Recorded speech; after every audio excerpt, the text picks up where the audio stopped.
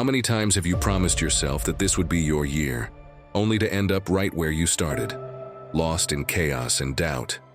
Listen closely. You don't need more empty promises or impossible plans. What you need is a ritual that transforms the way you think, live, and act. So tell me, are you going to let 2026 be just another year, or are you ready to take control and truly begin? In this video, I'm going to show you how to start the year with a clear purpose and a ritual that will change the way you face life. But I won't talk to you about hollow resolutions or endless lists that you abandon before February. Today, we're going to learn from the ancient Stoics, who understood that the key isn't controlling the world, it's mastering yourself. I'll guide you through 13 powerful steps based on Stoic principles that will transform your mind, your decisions, and ultimately, your life. So tell me, are you ready to leave excuses behind and turn 2026 into the year everything changes? Let's begin. Before we continue, if this content is bringing you value, consider subscribing and becoming an exclusive member to access unique perks. And tell us in the comments, what are you going to leave behind to start building the life you truly deserve? What internal change are you willing to make today? Or simply write, I am Stoic. From today on, I take responsibility for my transformation. That will be your commitment to yourself. Lesson 1, balance your digital life. Ding, a message pops up. Bip, a notification from a social network. Ping, someone just tagged you in something. Now tell me, how many times a day do you hear those sounds? 50? 100? Can you imagine Marcus Aurelius dealing with a WhatsApp group? He probably would have applied Stoicism and, spoiler alert, left the group before it got flooded with memes. Let's be honest, technology isn't the enemy. It's a tool, and like any tool, its impact depends on how you use it. Imagine you have a hammer. It can create wonders or cause destruction, right? You could use it to build a house or to shatter a window. Technology works the same way. It can be the foundation for something amazing, or it can turn into chaos that destroys your focus and eats up your time. It all depends on how you handle it. The Stoics spoke of temperance as an essential virtue, the ability to use what you have with moderation and purpose. Now ask yourself, are you applying temperance to your digital life? Are you using social media to learn, grow, or truly connect? Or have you become a slave to notifications, endless scrolling, and comparisons? Think about it. If you're spending more time watching other people's lives than focusing on your own, something isn't working. It's like trying to walk forward while constantly looking sideways. You'll never move straight ahead. My friend, take this seriously. Your mental peace, your energy, and your time are at stake. Picture this. You finish an exhausting day, but instead of disconnecting, you spend hours scrolling through social media, comparing yourself to others and feeling empty. By the end, you haven't rested, enjoyed yourself, or grown as a person. This isn't balance, it's digital slavery. And do you know why it happens? A study by John Twenge found that excessive use of these platforms is directly linked to anxiety, low self-esteem, and a loss of daily satisfaction. Why? Because we get hooked on a reality designed to be addictive, and in the process, we stop living our own lives. Yes, it happens to all of us. But here's the good news. There are simple ways to reclaim your time and peace of mind. So how do you find balance? This Stoic ritual will help. First, turn off notifications for all non-essential apps. Trust me, you don't need to know immediately who reacted to your latest photo. Then set limits on the apps you use the most. Most phones have this feature. Use it. For example, limit social media to 1 hour a day and use it only when it genuinely adds value to your life. Want to take it a step further? Schedule a screen-free day. Yes, a full day without screens, dedicated to disconnecting and reconnecting with yourself. At first, it'll feel strange. You'll unconsciously reach for your phone more than once. But by the end of the day, you'll feel an incredible sense of clarity and connection with yourself. And no, I'm not suggesting you abandon technology entirely and start carving messages on stone tablets. Nor do you have to ditch your phone and pledge allegiance to a paper notebook. It's about using technology as a tool, not letting it become a chain. When you start balancing your digital life, something magical happens. You reclaim your time, your energy, and most importantly, your clarity. You'll discover that you can focus on what truly matters and live more fully in the present. Lesson 2. Redesign your routine. You don't need a new life. You need a routine that doesn't kill you inside. And that sentence, my friend, is worth more than 1,000 New Year's resolutions. Because most people don't live, they repeat, they don't grow, they survive. Not because they don't want to move forward, but because every day begins the same, with the same autopilot that slowly shuts them down. If you wake up not knowing what for, you go to bed wondering why. And that's how the weeks pass, the months, the years, thinking you need some massive change when what you really need is to redesign your days. Marcus Aurelius knew it well. In Meditations, he wrote, "When you wake up in the morning, tell yourself, 'Today I will meet a meddler, an ungrateful man, an arrogant one.'" He didn't say it in defeat, he said it to prepare himself. Because his routine didn't start with a shower, it started with mental readiness. He knew the world would be a challenge, and instead of hoping everything would be perfect, he trained himself to face it. That's a Stoic routine. Have you heard of Ali Abdaal? He's now a YouTuber and author, but before that, he was a doctor. Long shifts, constant stress, a life that worked, at least on paper, but inside he felt like he was wilting. So he dropped it all and chose to redesign his life from the ground up, starting with his daily routine. He built it around 3 simple pillars. Each day had to include something that moved him forward, deep work, something that cared for his body, working out, and something that nurtured his inner peace, reading or journaling. Everything else revolved around that. Today, he teaches millions how to design a routine that not only functions, but means something. He says it often, "Your routine is your identity in slow motion." Now think about yours. What does it look like? Maybe you wake up startled by your alarm, check your phone right away, scroll through the news, compare yourself on social media, eat breakfast standing up, rush out the door, work without breaks, eat whatever's quick, come home exhausted, put on a show just to zone out and go to bed without having spent a single moment with yourself. How could you not feel lost if you live like that? You don't need a full-blown revolution. You need to do what Ali did. Redesign your routine from the inside. Choose, intentionally, what goes into your day. Because every day lived without review is another brick laid with no blueprint. And that's not how you build anything stable. One thing that will help? Write down 3 words you want to define your day. Just 3. For example, calm, intention, clarity. Read them while you have breakfast. That gives you direction. You won't start with noise. You'll start with purpose. Also, try changing just one thing per week. Not the whole routine, just one thing. And make it more stoic. Swap scrolling for a quiet walk. Swap a warm shower for a cold one. Swap your mindless breakfast for 10 minutes of journaling. These are small actions, with big results.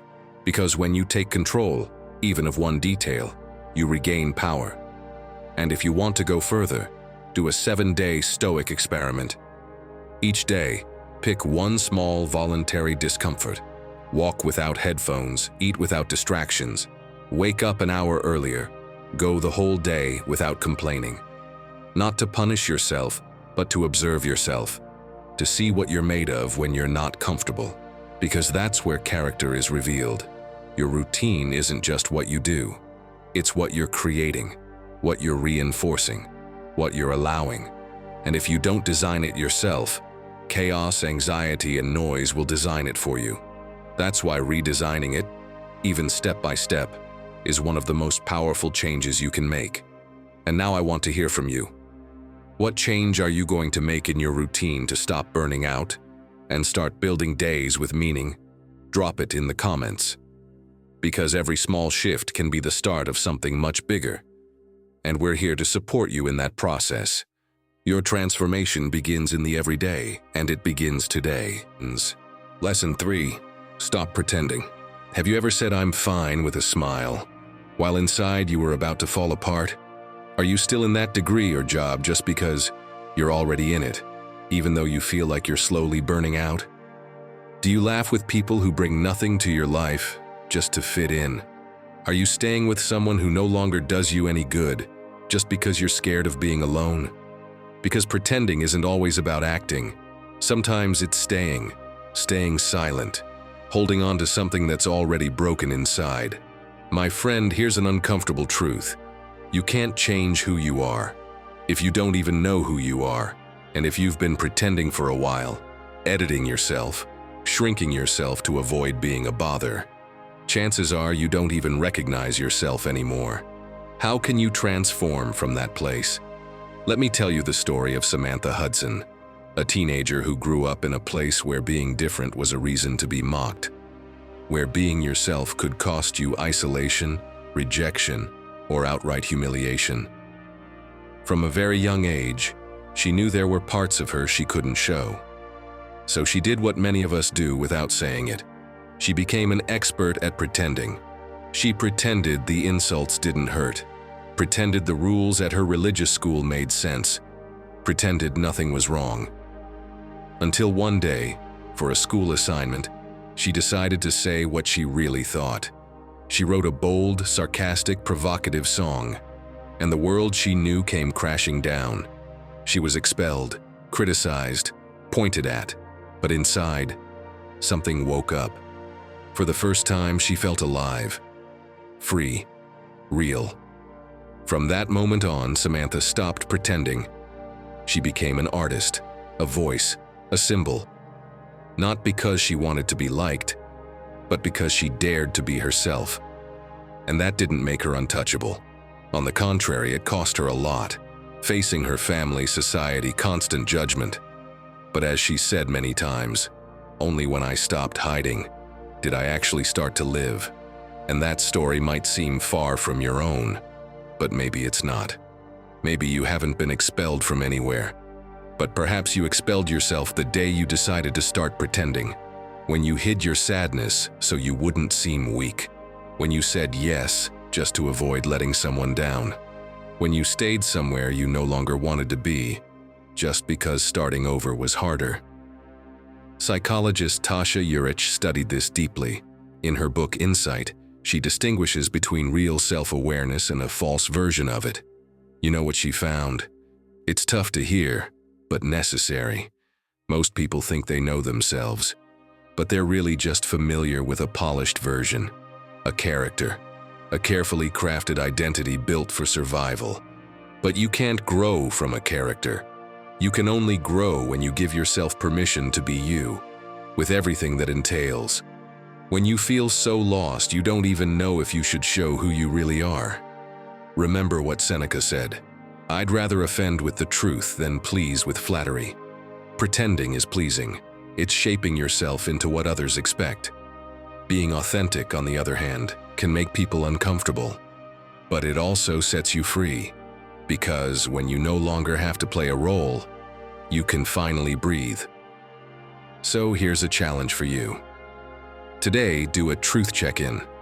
Ask yourself, what am I pretending lately? Maybe you're faking motivation in a job that doesn't fulfill you. Maybe you're pretending you're passionate about a lifestyle that's actually draining you. Write it down, read it. No filters. Not to judge yourself, but to find yourself.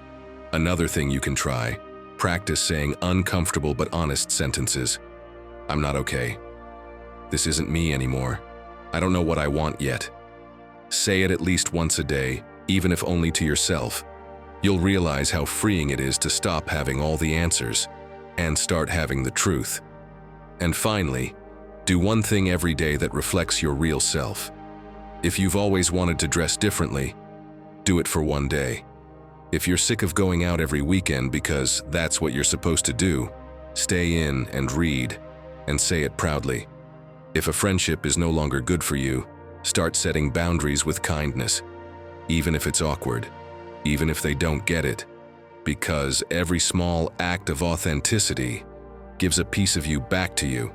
Pretending protects you, but it also traps you. It's like armor. It saves you from the blow, but it keeps you from moving. Only the one who takes off the mask can finally breathe deeply. And maybe that, my friend, is the first step toward a life where you don't have to perform anymore. A life that, at last, is truly yours. And yes, that can change everything. Now I ask you, where in your life are you pretending to be someone you no longer are? And what's one small thing you can do today to come back to yourself? Share it in the comments. Because here, you're not alone. This community is also learning to take off the mask, step by step, day by day. Lesson 4, strengthen your mind. My friend, your mind is like a dormant muscle. At first it seems fine, but when you need it for something important, you realize it's not strong enough. It's like trying to lift a heavy weight without ever having trained. Your arms shake, the weight overwhelms you, and in the end you get frustrated and give up. Why? Because there's no magic, only practice. The same goes for your mind. If you don't train it, if you don't give it small weights to lift every day, it won't be ready when a real challenge comes. And believe me, challenges always come. Epictetus said that freedom is the control of your thoughts. And he didn't say this from the comfort of a sofa or a life of luxury. He was a slave who lived under extreme conditions. Do you think he gave up? Never. He refused to let his circumstances control his mind. Anyone else might have crumbled, dwelling on the idea that they'd never escape their situation. But what did he do? He focused his energy on what he could control: his thoughts, his decisions, his attitude. He strengthened his mind to such an extent that he became one of the most respected philosophers in history. Let's be clear, you don't need to be a philosopher to start strengthening your mind. You can do it through small daily actions. This isn't about ignoring reality. It's about choosing how to respond to it. And here's the key. When you train your mind every day, you start noticing changes in everything you do. You respond calmly instead of reacting impulsively. You face problems with clarity instead of feeling overwhelmed. It's like having an internal shield that protects you from external chaos. It doesn't stop problems from happening, but it cushions the impact, giving you time and clarity to respond in the best possible way. Can you imagine what you could achieve with a shield like that? I recently came across the story of Amanda Kimiko, an athlete who overcame cancer, and she's the perfect example of a strong mind. During her treatment, instead of sinking into despair, she focused on small steps. Each day, she visualized herself running again. After years of effort, she didn't just return to sports, she now competes in ultramarathons. Amanda didn't strengthen her mind overnight. She did it day by day, facing every obstacle with courage and persistence. Want to know how to start? Here's a Stoic ritual to strengthen your mind. First, practice negative visualization. Spend 5 minutes a day imagining a challenge you might face. For example, what would you do if you lost something important? Don't get it wrong, this isn't about pessimism. It's about preparation. By imagining it, you train your mind to respond better when problems arise. Second, solve one difficult problem each day. It doesn't have to be huge. It could be something as simple as a puzzle, a math problem, or even planning how you'd handle an uncomfortable situation. These exercises are like lifting weights for your brain. They make it sharper and more resilient. Strengthening your mind isn't about perfection, it's about progress. Each time you choose not to give up, each time you face the day with intention, you're building a stronger version of yourself. Let 2025 be the year you discover what you're truly capable of. Train your mind, trust in your strength, and you'll see everything else begin to align with you. Because in the end, true strength has always been within you. Lesson 5. Learn from the past. The past is like an old photo album. Some pictures make you smile, others fill you with nostalgia, and a few might make you want to tear them out. But listen, here's the problem. What happens if, instead of looking back to learn, you get stuck flipping through the same pages over and over? What happens if you keep replaying those moments, hoping they'll somehow change? Spoiler, they won't. The past might feel like a burden, but it doesn't have to be. Marcus Aurelius had a unique perspective on this. The impediment to action advances action. What stands in the way becomes the way. And believe me, he wasn't suggesting we carry our mistakes around like a heavy backpack. He meant turning them into stepping stones, into opportunities. For the Stoics, mistakes weren't enemies. They were teachers. Every stumble was a lesson, every obstacle a new map for the future. Think about it for a moment. How many times have you spent money on things you didn't need? Things that didn't even make you happier? We've all been there. Or maybe you promised yourself you'd break a bad habit, like procrastinating, but kept putting off the decision. Those mistakes don't have to define you. They're like stones in a river. They might seem like obstacles, but if you use them wisely, they can help you cross to the other side. And let me be clear, if you don't learn how to use those stones, you'll stay stuck in the same place, unable to move forward. So, isn't it time to learn from the past? Grab a piece of paper and a pen right now. Write down 3 situations from last year that didn't go the way you wanted. For instance, maybe you spent too much on unnecessary things, neglected an important project, or let fear stop you from seizing an opportunity. Next to each one, write what you learned from that experience. It could be something like, "Now I know I need to plan my spending better," or "I can't wait until I feel ready to take action." And most importantly, write one concrete step you can take this year to apply that lesson. For example, if you overspent, you could commit to tracking your expenses weekly. This exercise might seem simple, but you'll be surprised by how powerful it is when done with intention. My friend, what happened in 2024 doesn't define what 2025 will be. Every lesson you take from the past is a tool you can use to build your future. Don't carry around photos that no longer serve you. Learn from them and put them in their proper place. Then, start creating a new album, one filled with pages you'll actually want to look back on. So are you ready to close that chapter and start writing a new one? Because remember, the past only has the power you choose to give it. 6th lesson. Tune in to a different channel. What if the wisest voice in your life is your own, but you can't hear it because you're trapped in the noise of everything else? What if what's holding you back isn't a lack of motivation, but an excess of noise? Because that's what's really going on. You don't lack clarity. You're overloaded with stimuli. You don't need more answers. You need fewer distractions. And if you're truly serious about transforming your life, the very first thing you need to do is this: change the channel. You've been tuning into the wrong one for far too long. Think about it.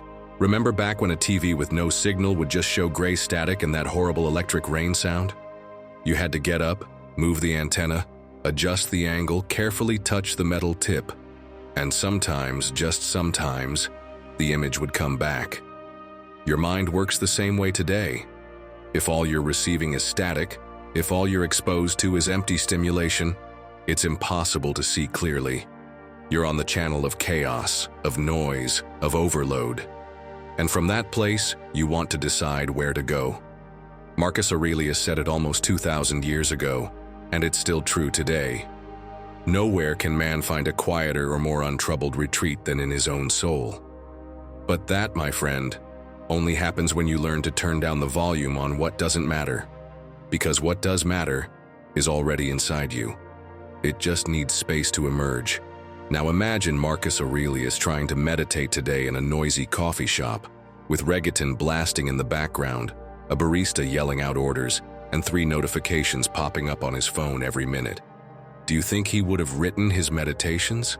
No, he probably would have thrown the phone out the window and gone back to his scrolls. Because even the wisest emperor needed silence to think. And you? How much noise are you letting in every day? You wake up, open your eyes, and the first thing you do is check your phone. Notifications, perfect lives, depressing news, complaints, ads, everyone's opinion but your own. You haven't even showered, and you're already carrying the energy of hundreds of people you don't even know. You're already tired before the day begins. How are you supposed to make a good decision from there? How are you going to build a new life if your mind is stuck in the same old patterns? My friend, if you really want to transform your life, here's what you need to do. First, start your day without screens for at least 30 minutes. No phone, no TV, no music. Just you, your body, your thoughts. What do you feel? What's worrying you? What do you need today? Because Instagram won't answer that for you. Neither will a motivational reel or the 5 WhatsApp chats waiting for you. Do you know why you haven't made progress until now? Because of all that noise. Psychologist Nick Wignall calls it mental clutter. And he's right. You're not lacking motivation, you're lacking space. Every time you wake up and dive headfirst into the digital world, you're filling your mind with garbage before you've even swept the floor. He suggests something very simple that almost no one does. A no-input routine right after waking. No images, no noise, no external content. Just clarity. Just you with yourself. Because if you let chaos in from the very first minute of the day, there's no room left for what truly matters. Second, create zones of silence during your day. Turn off all notifications for 2 hours every afternoon. The world won't end if you don't reply right away. But your focus, your energy, your clarity, they might just be saved if you unplug for a while. Third, walk alone for at least 10 minutes a day. No headphones, no podcast, no content. Just you, listening to what's going on inside. At first, it'll feel uncomfortable. Then, it'll become addictive, because that's where it all begins. That's where you change the channel. That's where you finally stop drowning in noise and start listening to yourself. And that, even if it doesn't seem like it, could be the most powerful step in your entire transformation. Because you can't rebuild yourself if you don't know which parts are strong and which aren't. And to know that, you need silence. If you really want to start building a different life, a stronger, more conscious, more authentic life, start here. Stop tuning into what confuses you, distracts you, drains you. Turn down the volume of the world and reconnect with yourself. Because your new life, the one you've been searching for, isn't going to shout to get your attention. It's going to whisper. And you'll only hear it when everything else goes quiet. Lesson 7. Master your energy. Your energy is like a tank of gas. Each day you start with a limited amount, and it's up to you to decide how to use it. Now imagine you're driving. You can hit the gas aimlessly, stopping at every corner because someone asked you to, or taking detours that don't lead where you want it to go. At first, you might not notice, but little by little, the tank empties. And when you finally decide to focus on what truly matters, there's no fuel left. You're stuck, with no strength to move forward. Think about it. Are you a wise driver, or do you just press the accelerator without thinking? Ask yourself, where is your energy going each day? Are you using it to move toward what really matters, or are you wasting it on detours that lead nowhere? If you keep stopping for every distraction along the way, you'll never reach your destination. It's time to take control of the wheel and consciously decide where your fuel goes. If Epictetus were alive today, how would he spend his fuel? You can bet he wouldn't waste it on petty arguments or trying to please everyone. He understood this perfectly. Your happiness depends on 3 things, all within your control: your will, your thoughts about the events you encounter, and how you use those thoughts. For Epictetus, energy was sacred. He directed it with intention, avoiding anything misaligned with his values. Because let's be honest, a good driver doesn't empty their tank on meaningless detours. They use every drop to move closer to what truly matters. My friend, I want you to reflect. How often do you say yes to things you don't actually want to do? Maybe you work extra hours at a job that doesn't fulfill you, just to avoid conflict. Then someone else asks for a favor, and without a second thought you agree, even though you're already exhausted. The result? You come home with no energy left for yourself. You don't have the time or motivation to exercise, cook something healthy, or simply relax. In the end, you're stuck in a routine that drains all your energy without giving you anything meaningful in return. It's time to change that. You can't keep giving your energy away to everything and everyone. It's time to face it. Who or what is draining your energy? Here's a simple step-by-step way to figure it out. First, grab a piece of paper and divide it into 2 columns. Label one energy drains and the other energy boosts. Now think about what you do on a typical day. For instance, constantly working overtime or spending too much time on social media. Those go straight into energy drains. Next, think about what recharges you, what truly brings you joy. Maybe it's going for a walk, reading a book, or something else. Write those under energy boosts. But don't stop there, now it's time to act. Look at the energy drains column and pick one thing, just one, that you can reduce or eliminate. For example, if you always say yes to commitments you don't care about, practice saying no firmly but respectfully. And most importantly, choose one activity from your energy boosts column and make it a daily priority. It doesn't have to be complicated. Spend 20 minutes walking, meditating, or cooking something you enjoy. This isn't a luxury, it's an investment in yourself. When you start doing this, you'll notice a difference. You'll feel lighter, more focused, and clearer about making decisions that align with what you want for 2025. Because it's not just about having energy, it's about using it in a way that brings you closer to the purpose and meaning you're looking for. Lesson 8. Be your own reference. Have you noticed how much we depend on others' echo to feel like we're doing things right? A decision doesn't seem valid until someone else approves it. An achievement doesn't feel complete until it gets a like. And so we go, looking for eyes to see us before we dare look within. But my friend, that's how you end up living a life designed by others, instead of building one that's truly yours. Picture this. You've had a good day. You woke up early, worked out even though you didn't feel like it, helped a coworker even when you didn't have to, resisted the urge to get into an argument that would have only drained you. You finally finished that task you'd been putting off for weeks. It wasn't a perfect day, but it was one of those days where you acted from your values. You chose yourself. And then at night, you check your phone, and silence. No messages, no congratulations, no recognition. And suddenly, that satisfaction you felt deflates. Why? Because deep down, you're used to measuring your worth by others' reactions, to something only counting if someone else validates it.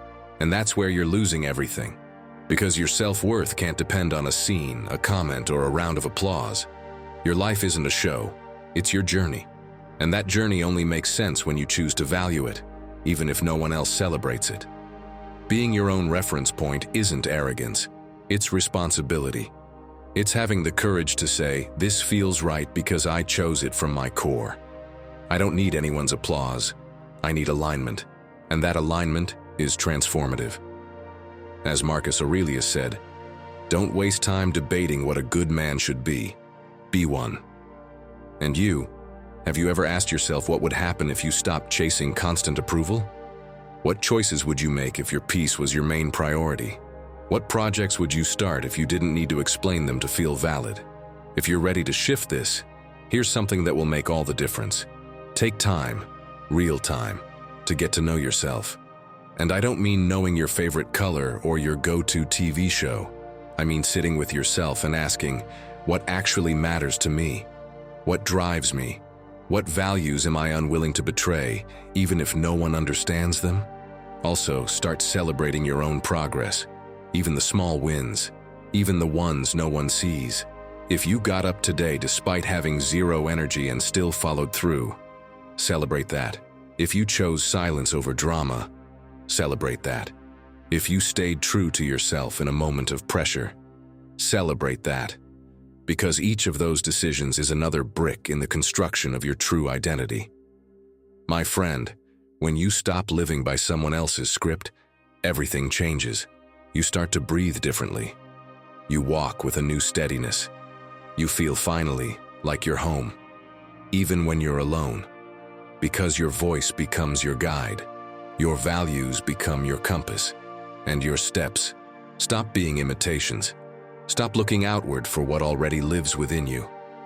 Be the hero of your own story, because if there's anyone who can transform you, it's you. And the sooner you start trusting that, the sooner you'll begin building the life you truly deserve. 9th lesson, the power of here and now. Picture this. You're sitting on the couch surrounded by your family. Your partner is telling you something important, but you're not really listening. You just nod mechanically while scrolling through your phone. Your child excitedly calls you over to show you a drawing they made at school, but you don't even look up. You mumble a quick, "That's nice," without actually seeing it. And before you realize it, nothing. Silence. That conversation is gone, that drawing forgotten. And here's the hard truth, those moments, they're not coming back. No, my friend, they never will. Now be honest with yourself, how many moments like that have you let slip away? Don't get it wrong, the problem isn't time, it's how you use it. Seneca put it plainly, life is long if you know how to use it. He wasn't talking about counting hours, but giving them meaning. For him, every moment was an opportunity to live with intention, to connect with what truly matters. He reflected, wrote, learned. He didn't waste time on trivial distractions because he understood that every moment is one of a kind. Imagine Seneca dealing with constant notifications. Do you think he would have wasted his time on them? Absolutely not. He would have turned them off and focused on what truly mattered. Because for the Stoics, the present is the only place where you can act. The past, it's gone. And the future, it hasn't arrived yet. Open your eyes, my friend. Social media is full of messages designed to distract you. Influencers shouting, "Live in the moment," while documenting every second of their day. More worried about getting the perfect shot than enjoying real life. Do you think they're practicing what they preach? I can't help but laugh at the thought. And if you're not careful, you could fall into the same trap, becoming a spectator of your own life, letting the days slip away unnoticed. But not all messages are just noise. Take someone like Jay Shetty, for example. He practices what he preaches. He often says, "Your attention is your greatest wealth." Without it, there are no real connections, no achieved goals, no meaningful memories. Jay shares how, even in the simplest moments, like a conversation with a friend or a walk outside, being present can turn the experience into something meaningful. I hate to be so blunt, but you need to hear this. If you keep letting distractions steal your now, no ritual or resolution will save your 2025. But there's a solution, and it's simpler than you might think. Every time you catch yourself getting distracted, try asking yourself these questions. Where am I? What am I doing? What matters right now? For instance, let's say you're at the movies watching a film you've been excited about for months. The theater is dark, the story is incredible, but your mind is somewhere else. You're worrying about that email you didn't answer or what you need to do tomorrow. Stop for a moment. Take a deep breath and ask yourself, where am I? What am I doing? What matters right now? Answer, I'm here watching this movie I wanted to enjoy. I'm here for this moment. And honestly, you don't need to do anything else. This small exercise is enough to bring you back to the present and start enjoying it. Remember, the here and now is the only place where life actually happens. If you want 2025 to be a year of purpose, start by valuing what's right in front of you. Don't let distractions steal what truly matters. Your moments, your relationships, your life. Lesson 10. Value the journey. Imagine a mountaineer climbing a mountain, step by step, feeling the weight of their backpack, battling the wind, and savoring the effort each meter demands. Now picture someone reaching that same summit in a helicopter. Who do you think will value the view from the top more?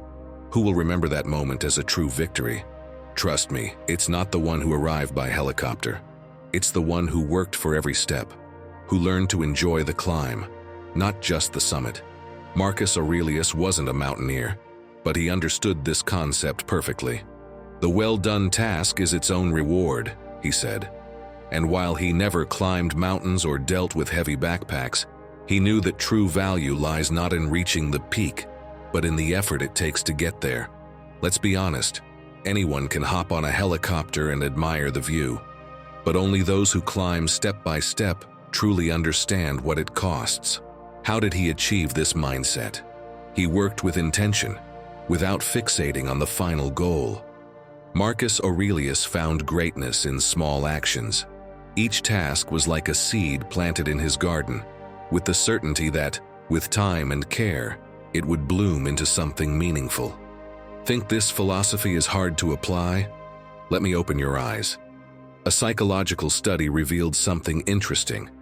When people stop obsessing over results and focus instead on each step they take, they experience less stress and enjoy the journey much more. For example, the study looked at people trying to lose weight. Those who focused on enjoying small actions, like eating healthier or feeling the joy of movement, were far less frustrated than those who only paid attention to the number on the scale. Why? Because they concentrated on what they could do today, not how far they still had to go. That simple shift in focus changes everything. My friend, let me share something personal that taught me to value the process. And you can apply it too. A while ago, I decided to create a small garden at home. I was so excited about seeing it full of vibrant green plants and blossoms. But at first, I got frustrated. Every day I looked at it and nothing seemed to change. I thought, why aren't they growing? Should I just rip them out and plant something else? That frustration almost made me give up. Then one day I changed my mindset. I started to enjoy each small step. Watering the plants became a moment of peace, almost meditative, in the chaos of daily life. Watching a sprout emerge here and there reminded me that growth, both in the garden and in life, takes time and consistency. Connecting with the process made me feel more present and grateful for what was right in front of me. So how can you start valuing the process? It's simpler than you think. Celebrate small steps, literally. If you have a goal, write down your daily wins, no matter how small. For instance, are you learning a new language? Celebrate the day you understand your first phrase in a song or order a coffee without help. Trying to save money?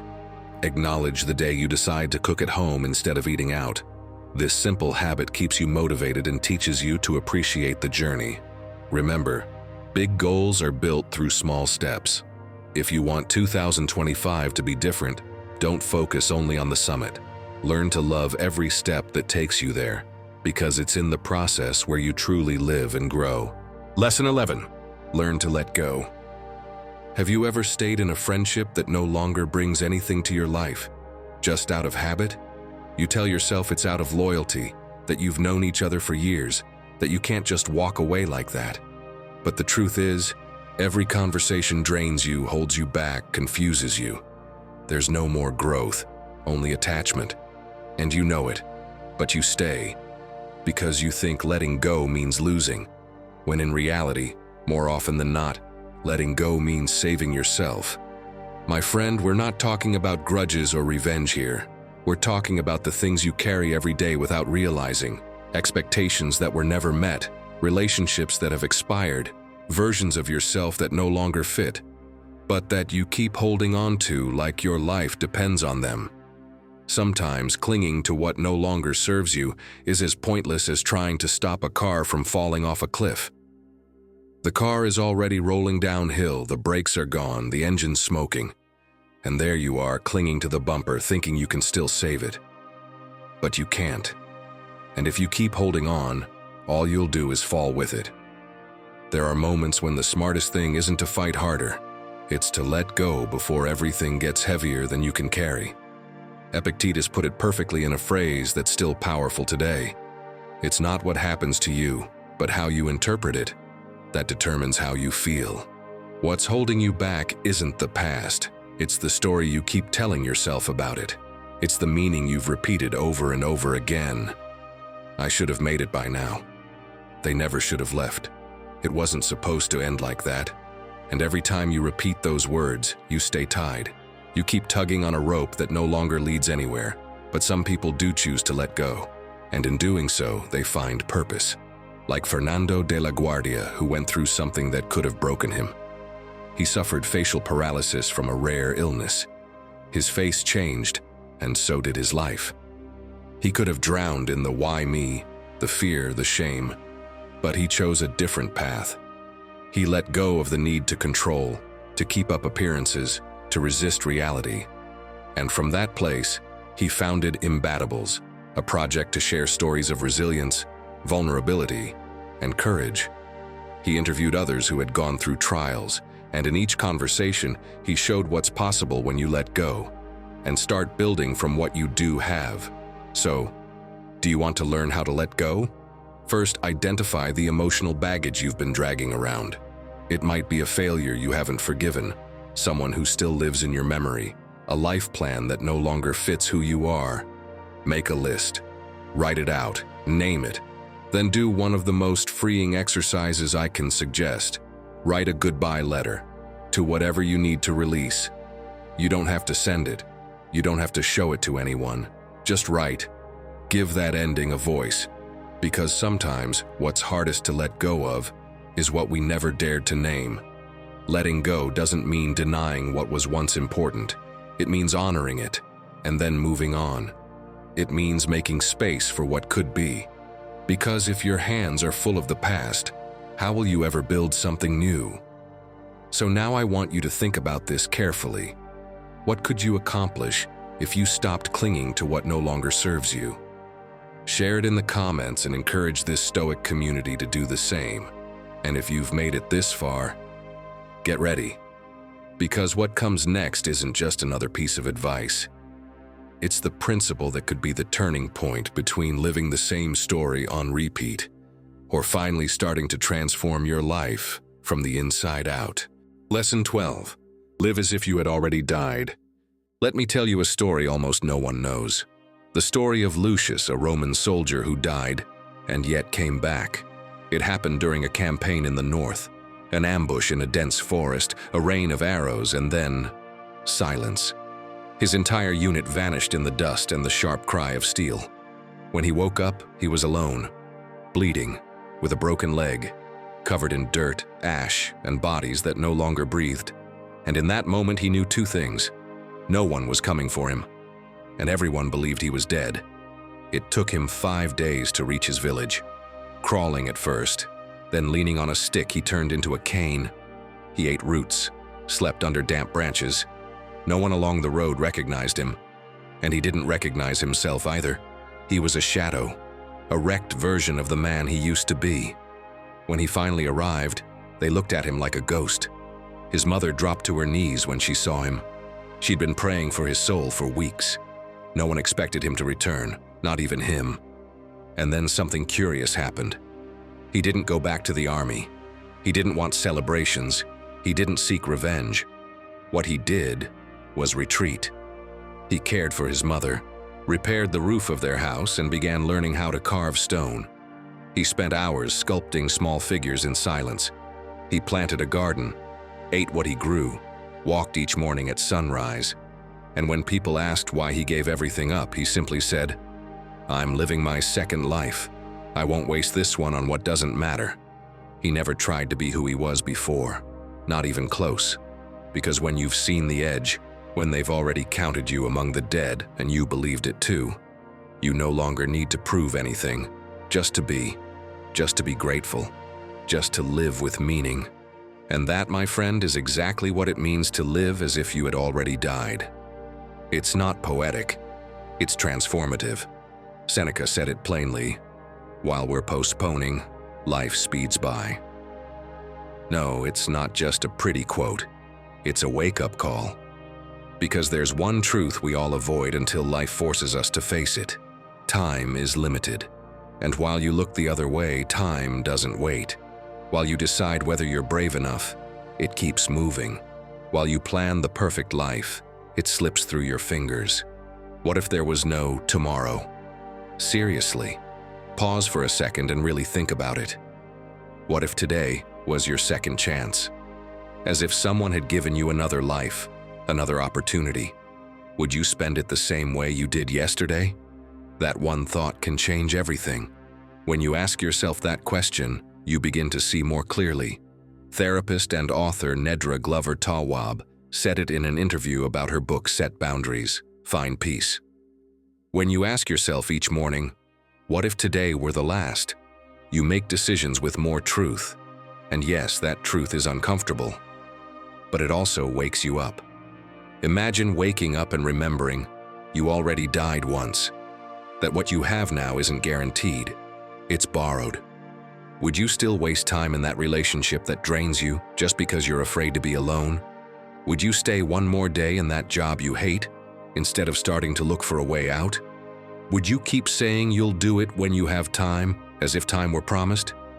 No, my friend, that when is a trap. And while you wait for it, how many things inside you are dying while you're still breathing? This isn't about living in fear of death.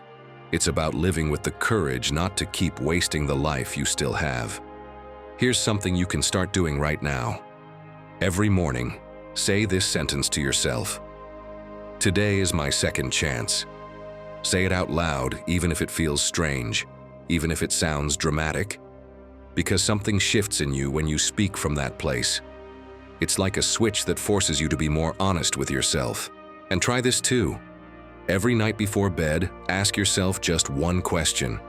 Was I where I wanted to be today? Was I who I wanted to be?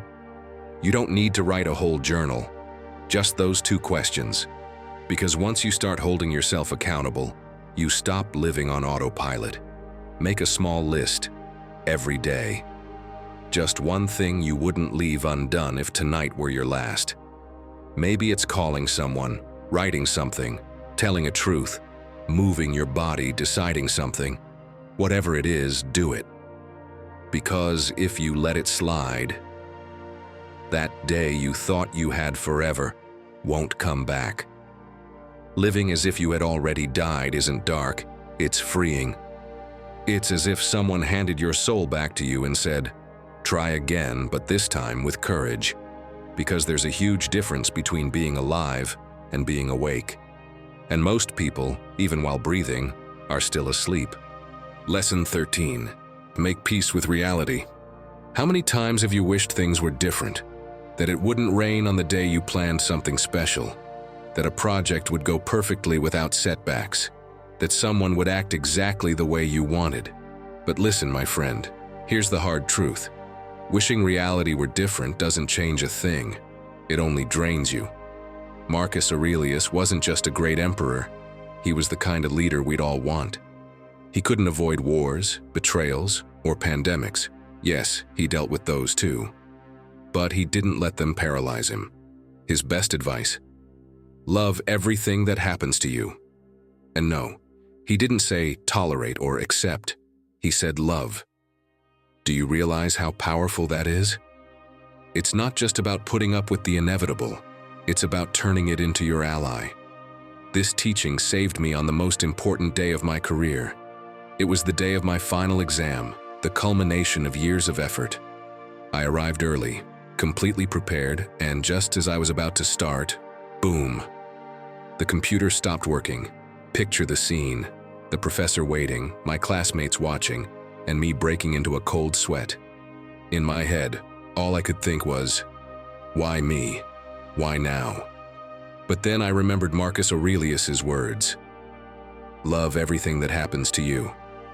I took a deep breath and told myself, this is the situation. What can I do now? So I asked for a marker. I started explaining my project using diagrams on the board. No slides, no computer, just what I knew. The result? It wasn't perfect, but the professor acknowledged my effort and adaptability. He even praised me for staying calm under pressure. And guess what? I passed. That day, I truly understood what it means to make peace with reality, to accept what you can't change and focus on what you can control. Let me give you the best advice for making peace with reality. It's simple but incredibly powerful. Start by shifting your perspective. Picture this. You're running to catch a train, but just as you're about to board, it leaves. You stand there, watching it disappear, overwhelmed with frustration and despair. At that moment, you have two choices. Spend the next few minutes cursing your bad luck, or pause and change your perspective. Here's what you can do in that moment. Perform a stoic inventory.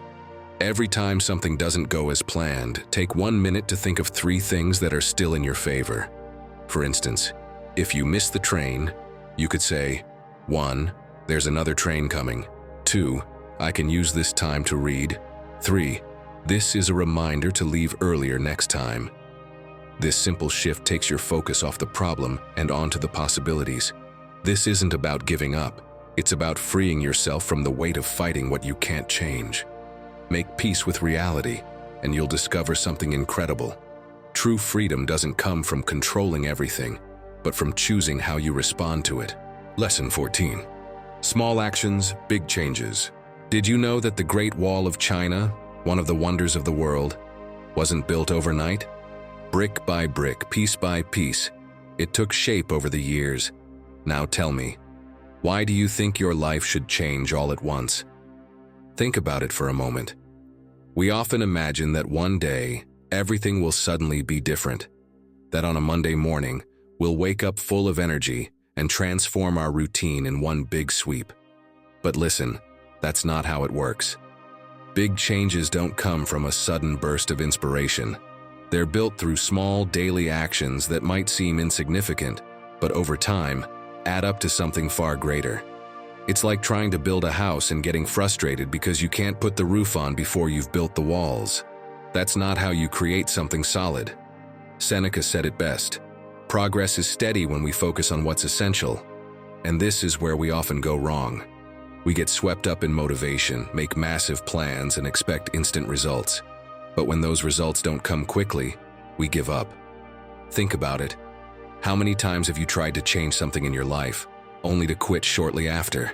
Have you ever stopped to ask yourself why?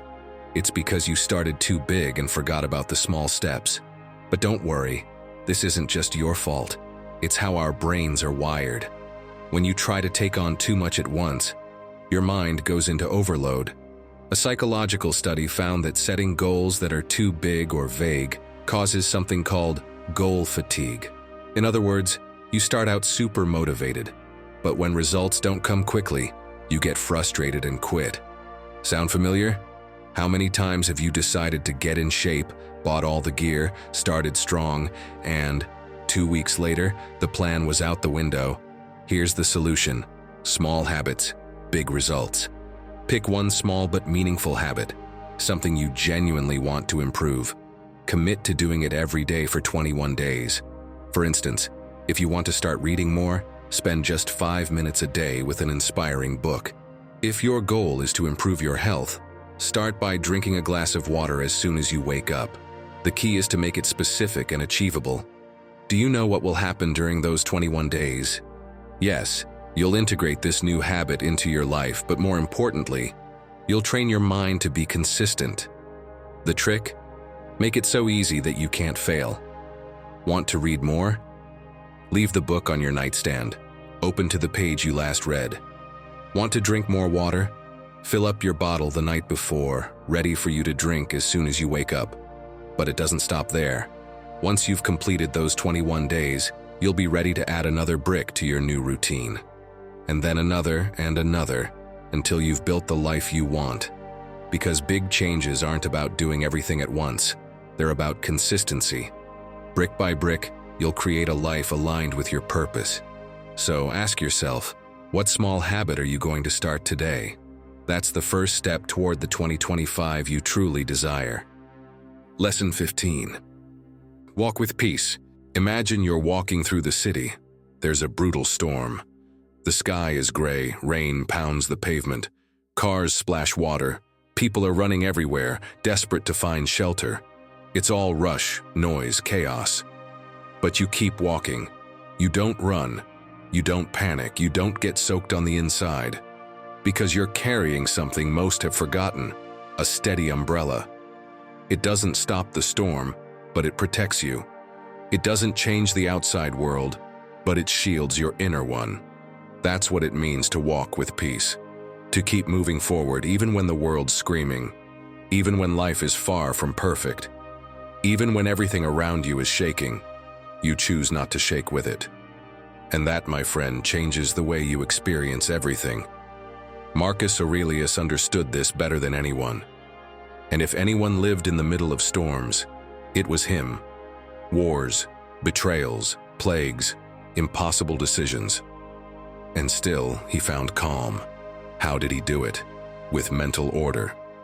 He wrote, "Perfect tranquility consists in the good ordering of the mind, your own kingdom." Before facing the chaos of the empire each day, he'd sit with his notebook. He'd write down what he could control, what he had to accept, what he might lose.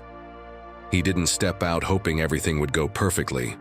He stepped out with inner preparation, because he knew he couldn't control the world, but he could control how he responded to it. That's true Stoic peace, or as Dr. Rangan Chatterjee calls it, proactive peace. He says you shouldn't wait for life to calm down. You have to create calm within the storm. He says, you don't need an easier life, you need a quieter mind. And he's right. Peace isn't the absence of problems. It's the ability to breathe in the middle of them. So now I'm going to ask you something directly. How are you walking through life? With peace in, or like there's a ticking time bomb inside you? Because plenty of people say they're fine, but they're walking around with clenched jaws, tight stomachs, and minds at war. And then of course things spiral. They can't sleep, they burn out, they snap.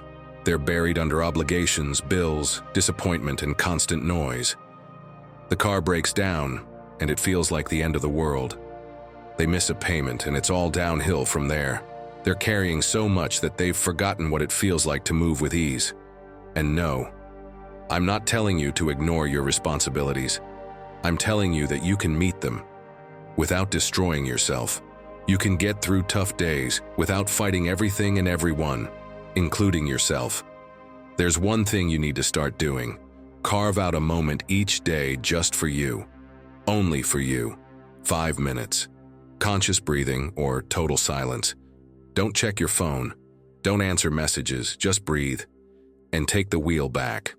Another thing. Set boundaries. You can't be available for everyone all the time.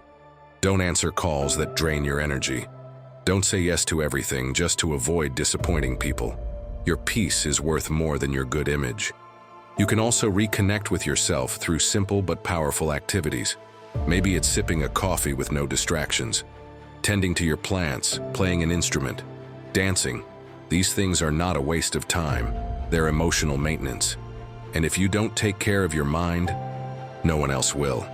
My friend, walking with peace doesn't mean walking slower.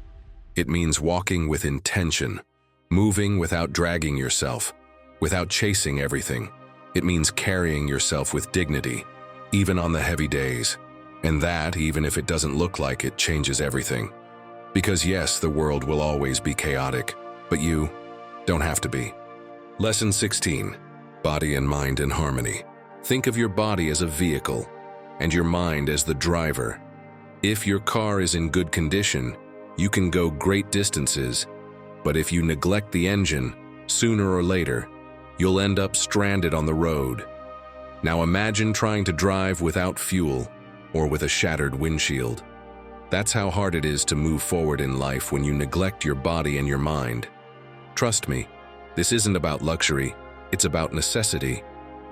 Seneca said, "The body is the temple of virtue." The Stoics understood that the mind and body are not separate entities. If you want to make good decisions, overcome challenges, and stay calm under pressure, you need a healthy body to support your mind. It's all about balance, like two wheels on a bicycle. If one is flat, the journey becomes much harder. So how are your two wheels? Are they balanced, or does one feel weaker than the other? Because, my friend, if your body doesn't support your mind, moving forward becomes much more complicated. But all is not lost. Did you know that small daily choices can make all the difference? For example, do you think walking for 30 minutes a day is insignificant? Let me tell you about its benefits. Not only does it improve your physical health, but it also releases endorphins, the happiness hormones. According to a study published by Harvard Medical School, regular walking significantly reduces stress levels and boosts mental clarity. And the best part? You don't need to make huge changes. Start with something simple. Take the stairs instead of the elevator, stretch during your work breaks, or walk for a few minutes after meals. These small actions may seem minor, but believe me, they add up to something significant when done consistently. Have you heard of Joe Holder? He's a celebrity trainer in the United States who champions a concept called the Ocho system. What does it mean? Essentially, it combines physical exercise with mental wellness practices to create the perfect balance between body and mind. But don't worry, it's not about spending hours in the gym. Joe emphasizes finding activities that truly resonate with you, like practicing yoga, going for a run, or simply meditating after moving your body. Here's a simple challenge to get started. Commit to moving your body for at least 20 minutes a day for 1 week. It could be walking, stretching, or even dancing in your living room. While you're at it, pay attention to your mind. What do you feel? How does your mood shift? This ritual not only strengthens your body, but also trains your mind to find joy in movement and consistency. Remember, the body and mind are a team, and if one falls behind, the other will suffer too. This 2025, align these two essential pieces, and you'll find yourself moving forward faster, stronger, and with a clearer sense of purpose. 17th lesson. Let go of the inherited ego. Some lives don't begin with a choice. They begin with a costume. They put it on you without asking, sometimes from childhood. Not with words, but with gestures, glances, expectations. And without even realizing it, you start walking around in that invisible suit. One you never chose, but everyone assumes fits you perfectly. You're the strong one, the responsible one, the successful one in the family, the one who never gets it wrong. And you believe it, of course, because everyone claps, because it looks good, because that's supposed to be you. But with time, that suit starts to feel tight. It pinches your shoulders, chokes your neck. You can't breathe easily anymore, because now you're not walking freely. You're measuring every step so you won't disappoint anyone. You're no longer speaking from how you feel, but from what's expected. And the most dangerous part?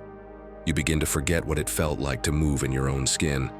That, my friend, is the inherited ego, a borrowed identity you've repeated so many times. You've started to believe it's real, but deep down you know, it's not yours. It doesn't represent you. And the longer you keep wearing it, the further you drift, day by day, from the life you could actually be building. Even author Ryan Holiday went through it. He had a brilliant career in marketing, worked with top brands, earned money, gained respect. But something inside didn't fit. He felt like he was playing a role that wasn't him. So he did the unthinkable. He let it all go. He chose short-term discomfort so he could build from something real. He turned to reading, writing, and sharing Stoic philosophy, and that's how he found his true voice. What transformed him most wasn't success. It was daring to let go of the suit that everyone applauded, but that he could no longer stand. What struck him deeply was something Seneca wrote. It's not that we have little time, but that we waste a lot of it. And there's no greater waste than living by someone else's desires, fulfilling a plan that was never yours, forcing a version of yourself that pulls you away from your essence. Because that inherited ego isn't strength, it's fear dressed up as duty. And yes, I speak from experience. I wore that suit too. For years, I thought I had to follow the path that had been laid out for me, stay in the family business, repeat the story that was already written. And for a while I tried. I forced myself to fit. But with every step I felt further from myself. Until one day, facing a project that didn't excite me, it hit me. I was writing a life that wasn't mine. That's when I chose to change. Not all at once, but step by step. And each step was mine. That changed everything. If you want to transform your life and walk your own path, here are the things that helped me. First, identify the beliefs you carry that you've never questioned. Maybe you think your worth depends on productivity, or that changing direction means you've failed. Ask yourself, do I really believe this? Or was I taught it without being asked? Second, reflect on your true desires. That degree you studied, was it yours? Or was it to please someone? That lifestyle, did you choose it or did you copy it because it looked right? You don't need to have it all figured out now, but you do need to start clearing out the noise. And finally, practice real humility, the kind that lets you say, maybe I'm not who they expected me to be, but I am who I need to be. That's not rebellion, it's maturity. It's taking ownership of yourself without the labels others handed you. Letting go of that inherited ego is uncomfortable, yes, but it's also the beginning of a deep freedom. When you stop playing a borrowed role, the journey toward your truth begins. And that journey isn't instant, but it is transformative, because you no longer need to fit in. You just need to find yourself. So, I'll leave you with one question that might open the door. Are you living your life, or the one others designed for you? Write it in the comments if you feel ready to share. Because sometimes saying it out loud is the first step back to yourself. Lesson number 18. Set realistic goals. Let me tell you something that might change the way you approach your goals. Once a man decided to cross the ocean. He bought a boat, stocked up on supplies, and mapped out his route. But he forgot one crucial thing: to fix the cracks in his boat. He set out confidently, but halfway across, water began seeping in, and his big dreams sank along with the boat. What would you have done in his place? If you wanted to cross the ocean, would you set off without first making sure your boat was seaworthy? The same goes for your goals. Without proper preparation, even the biggest dreams will sink. Now, take a moment to reflect. How much time do you waste waiting for the perfect moment to act? Marcus Aurelius put it plainly: do not act as if you were going to live 1,000 years. Act as if the end were near. And do you know why he said this? Because the Stoics understood that goals aren't achieved by dreaming big. They're achieved by taking deliberate steps here and now. What's the point of building castles in the air if you can't reach them? Acting with intention is what turns a goal into a reality. Think about it. What do you want to achieve? Do you want to get in shape? Don't fixate on running a marathon if you haven't exercised in years. Start with something simple and realistic, like walking for 20 minutes a day. Want to improve your finances? Don't try to save half your paycheck all at once. Start by reviewing your expenses and cutting out just one unnecessary cost. Do you see the pattern? Big goals aren't accomplished in a single leap. They're reached step by step, through small but consistent actions. Let's keep it simple. Think of the SMART method. Your goals should be specific, measurable, achievable, relevant, and time-bound. But you don't need to memorize it like some magic formula. Just ask yourself, what exactly do I want to achieve, and how will I know I'm making progress? For instance, don't say, I want to be healthier, because that's too vague. Instead, say, I'm going to walk for 20 minutes every day for the next month. Do you see the difference? It's clear, concrete, and doable. Plus, every small win is like a spark that ignites your motivation. Because nothing drives you forward more than seeing real results. Remember, it's not about writing a never-ending list of goals. It's about choosing a few, focusing on them, and working on them with intention. Now tell me, what goal are you going to prioritize this year? Leave it in the comments. We'd love to hear from you. Lesson 19. Don't obsess over happiness. My friend, I'm here to shatter one of the most dangerous myths you've been sold. Happiness is not your final goal. It's not a mountaintop you reach and then sit on to enjoy the view.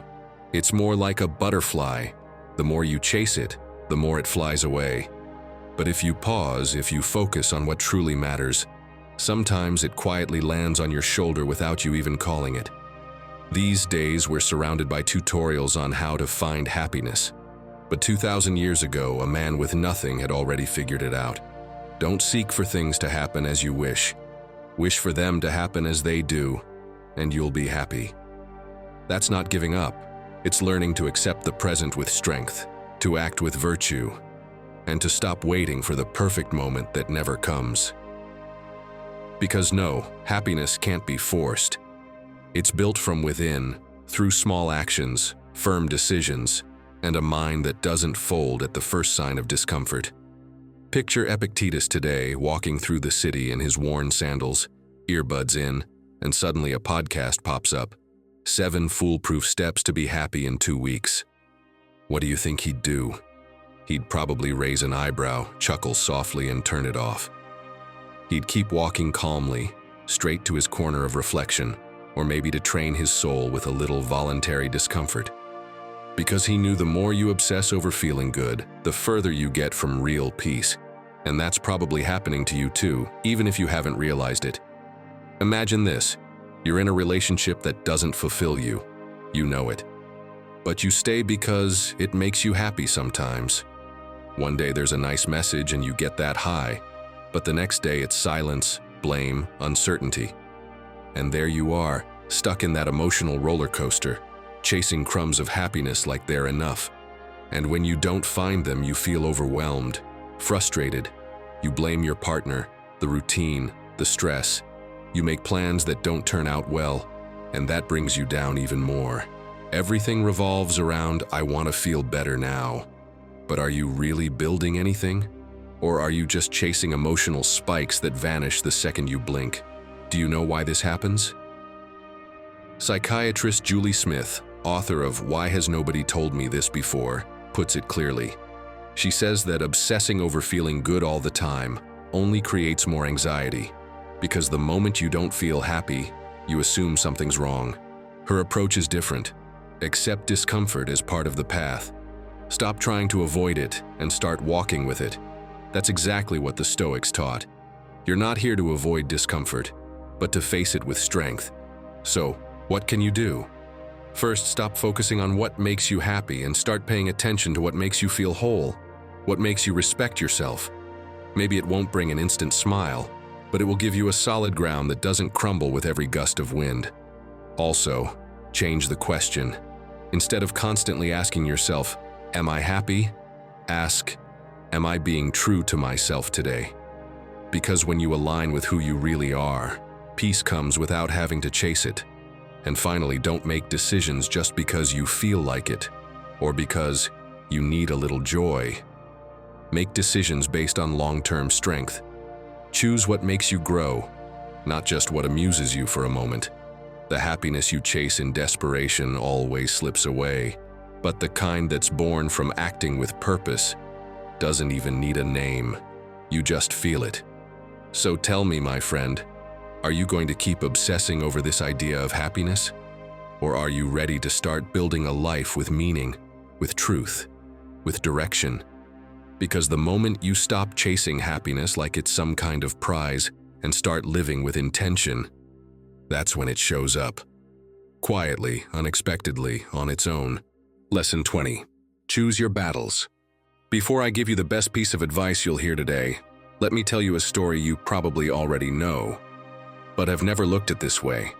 There was once a father traveling with his son and their donkey along a long, dusty road. At first, the boy rode the donkey while the father walked beside him. Before long, they passed some people who muttered, "How rude! That boy lets his poor father walk under the sun." So they switched. Now the father was on the donkey and the boy walked. But soon after, others criticized, "What kind of man lets his son walk while he rides so comfortably?" So they both got on the donkey. But of course, more complaints. "That poor animal, they're going to break its back." Frustrated, they both got off and began walking while the donkey went free. But passing through another village, they heard yet another remark. "They have a donkey and they're walking. How stupid." Exhausted from trying to please everyone, they finally realized one thing. No matter what they did, someone would always judge them. Do you see it now? You could spend your whole life trying to please everyone and still be criticized. That's why, more important than trying to be liked by all, is learning to choose your battles, to decide what truly deserves your energy, what's actually worth standing up for, and what you can just let go of, without guilt. And to show you this doesn't only happen in fables, let me tell you a true story about someone who chose her battle wisely and changed something that seemed impossible. Vitória Mesquita, a young Brazilian activist with Down syndrome, spent years seeing how her condition was wrongly described online. On Google, she found outdated, disrespectful, even offensive terms. She could have spent her energy arguing with every ignorant commenter on social media, getting into 1,000 little fights. But she didn't. Vitória chose just one battle, the one that could actually make a difference. What did she do? She led a campaign to get Google to update the definition. She did it without insults, without noise. She gathered support, got institutions involved, and spoke with clarity and respect. And she succeeded. not because she shouted the loudest, but because she aimed with precision. Vittoria didn't try to fight every fight. She chose where to place her strength, and that made the impact. Now imagine this. You're at a family dinner.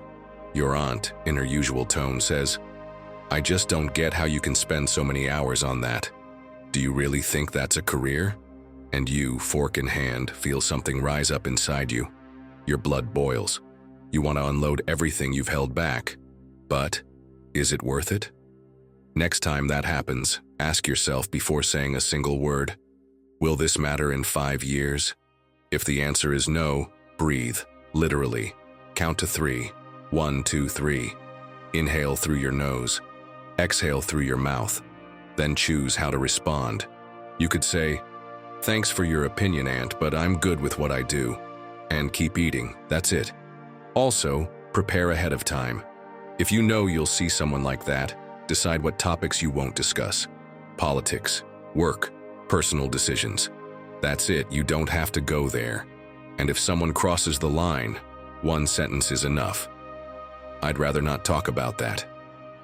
That's not cowardice. That's emotional intelligence. Choosing your battles is how you protect your energy. And that energy is what you need to change the things that actually depend on you. Because the world is full of cheap comments, unsolicited opinions, and subtle provocations. But you get to decide whether to step into the mud or keep walking toward what truly matters. Remember what Marcus Aurelius wrote, "The best revenge is to be unlike your enemy."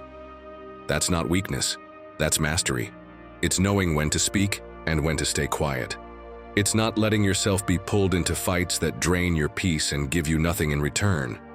You can't control what others do, but you can control how you respond. And when you respond with calm, with purpose, with strength, your life changes. Not all at once, but at the roots. Because every time you refuse to waste energy on what doesn't serve you, you take another step closer to the life you actually want to build. A life that this time will truly be yours. Lesson 21. Make your time count. Imagine starting each day as if it were a new level in the video game of your life. You begin with a full energy bar, bright, ready to be used. But like in any game, every action you take drains a bit of that bar, replying to messages, sitting through meetings, deciding what to eat, even dealing with unnecessary distractions. Here's the catch. When that bar hits 0, there are no extra lives, no quick reset. The day is over, and whatever you didn't do is left behind. Now let me ask you, are you using your energy bar to level up in what truly matters?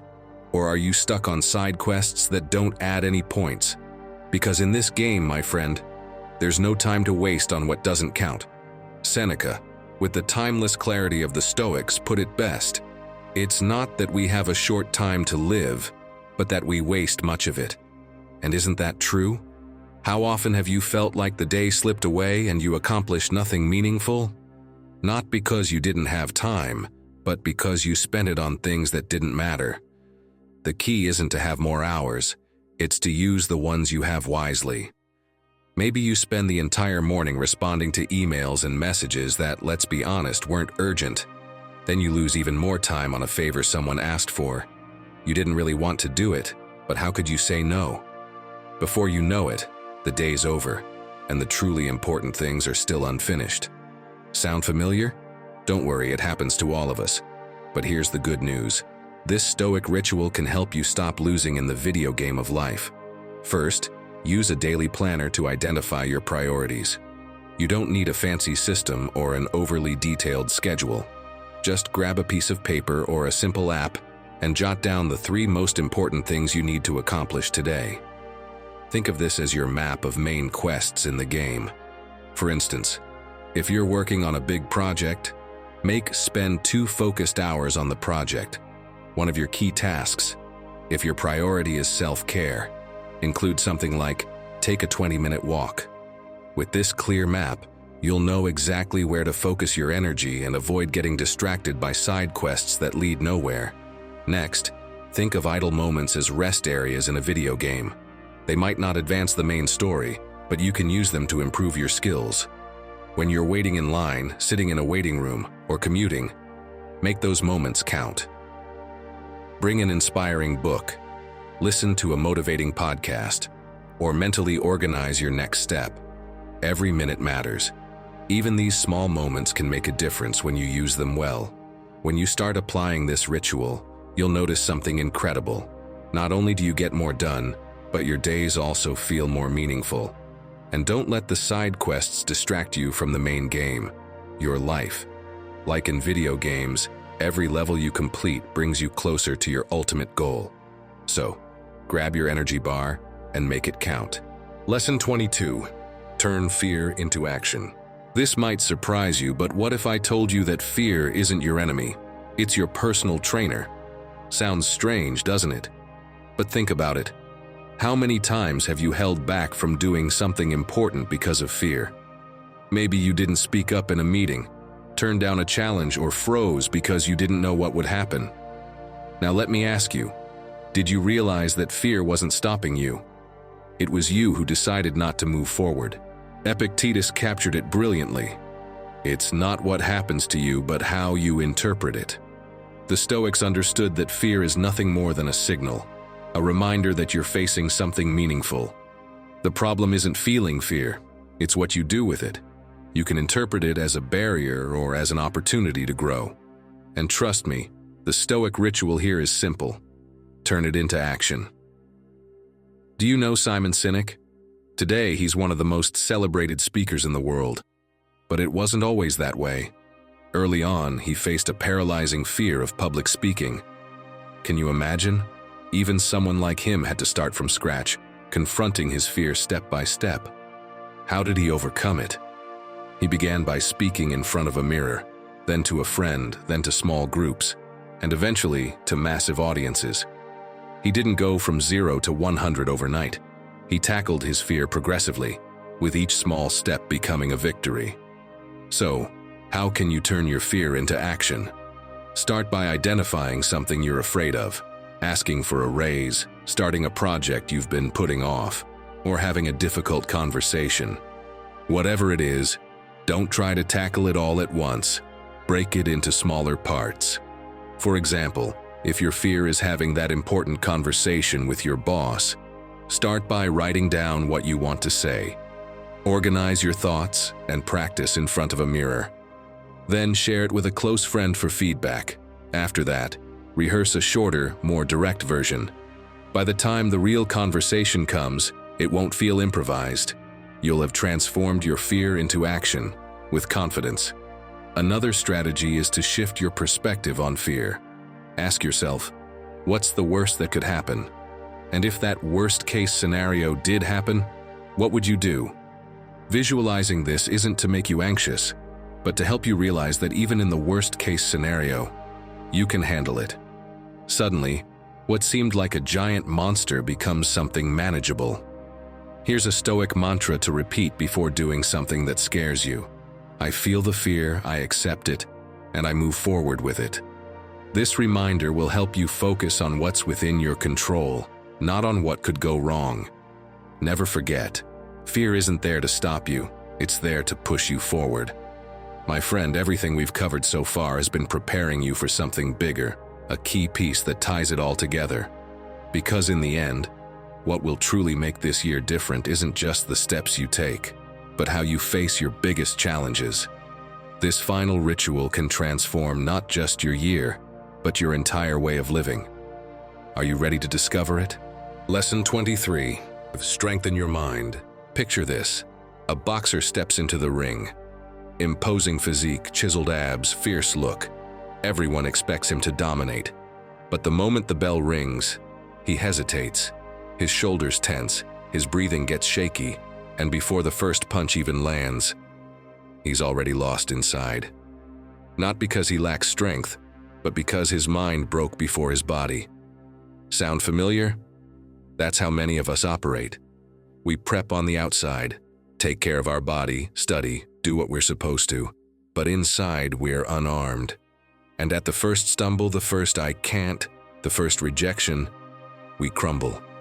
Because, my friend, It's not enough to have physical strength or talent if your mind collapses at the first hit. Epictetus said it without sugarcoating. No man is free unless he is master of himself. And that includes your thoughts, your emotions, your choices. If you don't have the wheel of your own mind, you're drifting. And the worst part? You don't even realize it until you're already lost. Let's put it in a scene you probably know well. It's Monday. You wake up still groggy.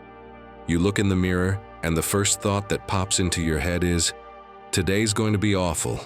But you don't question it, you don't filter it, you just swallow it. You start the day already defeated. You go to work with a long face, get irritated by the smallest things, procrastinate easy tasks, leave that important message unanswered. And it's not because you're weak. It's because you gave power to an automatic thought without even realizing it. That one line you muttered without thinking became the voice that ran your entire day. And this is how you end up stacking mediocre days on top of each other. All because of thoughts you didn't even consciously choose. So tell me, do you really want to transform your life? Do you want to stop collapsing every time the world gets hard? Then start by training what no one can see, your mind. First, I've got something simple for you. Do a few mental squats. Every time you catch yourself thinking, I can't, switch the thought to, but what if I can? Sounds silly maybe, but it opens a door. You're facing a tough challenge, and your mind says, this is too much. You respond, but what if it isn't?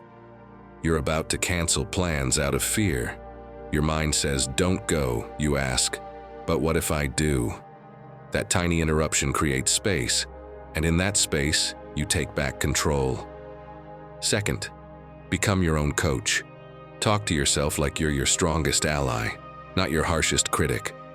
When you wake up, instead of saying, what a terrible day, say, it's just a morning.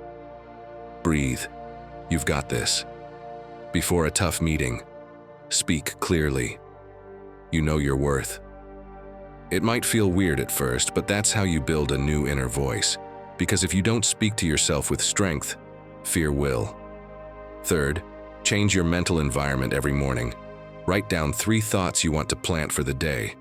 Not cheesy motivational quotes, but solid, grounded, strong ideas. Today, I'll stay calm, even if there's chaos. Today, I'll give my best, even if it's not perfect. Today, I won't fall apart over little things. Read them again at midday. Repeat them before bed. These are your anchors, your roots. What keeps you steady when the storm hits? And if all this seems small to you, here's something you should know. Strengthening your mind doesn't show right away. It's not flashy. It doesn't get applause. But it's what determines whether you keep moving forward or fall apart when no one's watching. Want a different life? Start where no one else is looking, your thoughts. Because, as Marcus Aurelius said, the quality of your thoughts determines the quality of your life. So train your mind. Make sure the next hit doesn't catch you unarmed on the inside. Because the world will test you. But if your mind stands with you, my friend, you've already won half the battle. Lesson 24. Stop running from conflict. Have you ever walked away from a conversation with a heavy feeling in your chest? Like you were physically present, but silent. Like you swallowed something that needed to come out, but you kept it in to keep the peace. And the worst part is, it wasn't the first time. And it won't be the last unless you do something about it. Because what drains you the most isn't the conflict itself. It's avoiding it. And I'm going to say this clearly, my friend. You can't transform if every time something bothers you, you swallow it. If every time someone crosses a line, you smile so they don't feel uncomfortable. If every time you want to say, this doesn't feel right, you settle for, it's fine. Because in the end, it's not fine. You accumulate, you repress, and then you either explode at the wrong time, or slowly burn out without even noticing. Marcus Aurelius knew this, and he wasn't exactly surrounded by easy people. He ruled an empire full of betrayal, war, internal tension, flatterers, and hidden enemies. But instead of drowning in paranoia or bursting with rage, He prepared himself each morning to face conflict. He didn't hope for everything to go smoothly. He reminded himself of the world's nature, and of people's nature too. And no, don't worry. This isn't about becoming aggressive or picking fights. It's about no longer silencing your truth, about learning how to hold the fire without getting burned. Even highly successful people go through this. You've probably heard of Stephen Bartlett, entrepreneur and host of the Diary of a CEO podcast. He recently shared that for years, he avoided any form of confrontation. He wanted harmony for everything to flow, but he realized that both his company and his personal life were filling up with unresolved tension. People weren't keeping their word, decisions weren't being made, resentment was building up. Until one day it clicked. Avoiding conflict didn't make him a nice person, it made him unstable. And from that moment he stopped staying quiet. He started speaking with clarity, facing the uncomfortable. And that, he says, is what truly changed his life. Not the success, the courage to speak. Now let me ask you, how many conversations do you have pending? How many silences have been weighing on you for weeks? Maybe it's that talk with your partner you keep putting off, or that situation with your boss you're avoiding so you don't seem like a problem, or that friend you can't stand anymore, but still laugh at their jokes because you've known them forever. Here's something different you can try. Make a list of 3 things you've been avoiding saying, not to blurt them out in anger, just to acknowledge them. Then pick one, just one. Practice how you'd say it calmly, not with blame. For example, I need to talk about this because it's affecting me. Or, I'm not trying to blame you. I just need you to understand. You won't believe the peace that comes from finally saying it. Another thing you can try. Start setting boundaries with simple phrases. I don't agree. I'd rather not do it that way. That doesn't work for me. You don't need to explain yourself for 5 minutes. Just tell the truth, with respect, with firmness, and pay attention to how you feel after each conversation where you were honest. Maybe you were shaking at first, but once you said it, you could breathe better. That's your body thanking you for finally listening. Seneca put it well. Bravery is not the absence of fear, but the ability to act in spite of it. Facing conflict doesn't mean you stop being afraid. It means fear no longer makes your decisions for you. So, my friend, do you want to live a life that's more real, more yours? Then stop running every time things get tense, because it's in those moments of tension where you have the most room to grow. Lesson number 25. Live to inspire. Let me share a story that shows how small actions can leave a huge impact. A man was walking down the street when something on the ground caught his eye, an old, worn-out wallet that clearly belonged to someone important. Without giving it much thought, he picked it up. What would have been the easy thing to do? Ignore it, most likely, or maybe keep whatever was inside. But do you know what he did instead? He found the owner. He returned it, and while it may have seemed like a small gesture, it changed something that day. He didn't just return a wallet, he restored hope. But that's not even the most interesting part. Here's the twist. He wasn't alone. His son was watching.